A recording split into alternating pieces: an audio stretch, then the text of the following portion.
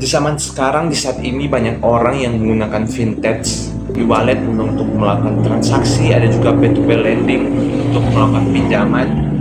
Saya melihat orang-orang melakukannya secara cepat dan efektif, hanya menggunakan jari dan smartphone digital. Semua proses keuangan dapat dilakukan dengan lebih mudah dibandingkan proses konvensional. Nah, pas saat ini saya akan membahas perkembangan fintech di Indonesia. Menarik untuk membahas financial teknologi ini karena tanpa masyarakat sekitar ketahui, financial teknologi ini telah memiliki peran penting dalam kehidupan orang sehari-hari yang membantu kita semua dalam setiap proses keuangan yang ada. Contoh dari fintech itu ada e-wallet, yaitu dompet digital sebagai pengganti uang tunai, uang fisik yang dapat orang gunakan untuk berbelanja, melakukan transaksi, dan juga dapat mentransfer dana ke teman dan keluarga secara cepat dan efisien.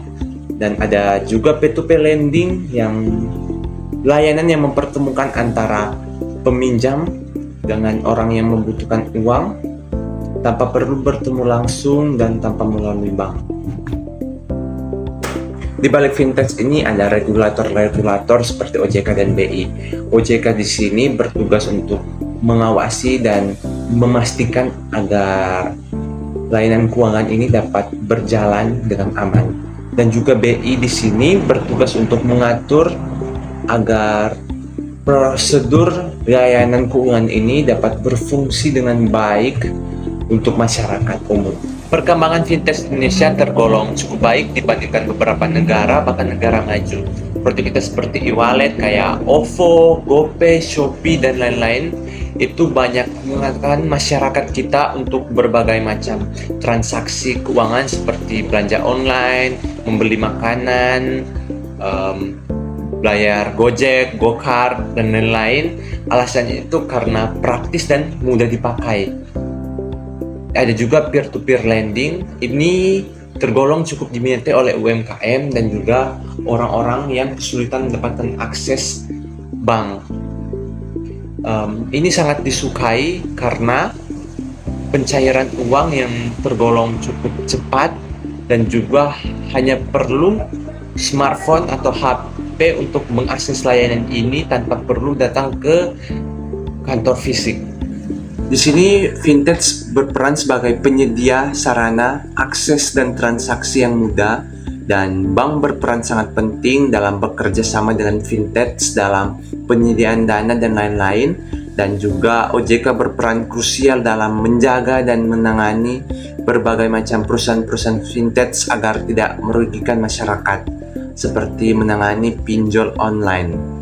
Transformasi keuangan digital lewat fintech seperti e-wallet dan P2P lending sangatlah berperan penting dalam sistem keuangan Indonesia yang membangun atau membentuk sistem keuangan yang lebih hemat, lebih cepat, dan lebih praktis. Namun di lain sisi juga ada beberapa risiko yang perlu kita ketahui seperti keamanan cyber dan juga perlindungan pengguna. Di sini kita mengharapkan peran dari OJK dan BI dalam mengawasi dan menjaga agar sistem tersebut tetap aman. Maka pendapat dari saya masih dibutuhkan lagi dukungan atau kolaborasi antara teknologi, aturan yang ketat, dan juga pengetahuan dari masyarakat agar tercipta keuangan digital yang lebih baik untuk kita semua. Terima kasih. Sebagai kesimpulan, transformasi digital fintech telah mengubah sistem keuangan menjadi lebih cepat dan inklusif, namun tetap memerlukan pengawasan yang kuat agar tetap aman dan stabil. Poin utamanya, fintech mengubah cara masyarakat mengakses layanan keuangan menjadi lebih cepat dan praktis.